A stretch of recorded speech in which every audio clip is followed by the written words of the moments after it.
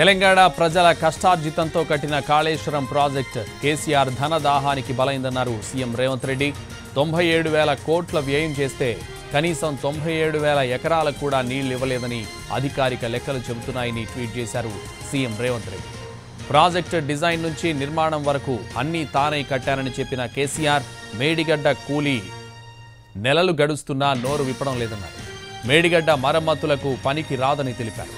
పూర్తిగా పునర్నిర్మాణం చేయాల్సిందేనని national dam safety authority అభిప్రాయపడిందని గుర్తు చేశారు సీఎం రేవంత్ రెడ్డి.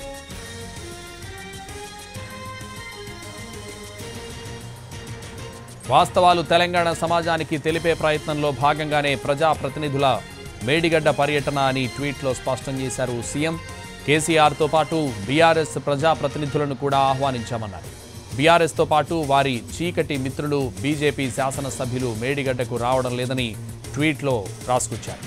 కాళేశ్వరం కేసీఆర్కు ఏటీఎంలా మారిందని, ప్రధాని మొదలు గల్లీ లీడర్ వరకు లొల్లి చేసే బీజేపీ నాయకులు వాస్తవాలు చూడటానికి క్షేత్రస్థాయికి రావడం లేదని మండిపడ్డారు. అన్ని పార్టీల శాసనసభ్యులు ఒకవైపు ఉంటే బీజేపీ బీఆర్ఎస్ మాత్రం ఒకవైపు ఉన్నాయన్నారు. మేడిగడ్డ పర్యటనతో తెలంగాణ సమాజం 9.5 ఏళ్లు కేసీఆర్ పాలనలో విధ్వంసకరమైన జల దృశ్యాన్ని కళ్లారా చూడబోతోందని ట్వీట్ చేశారు సీఎం రేవంత్ రెడ్డి.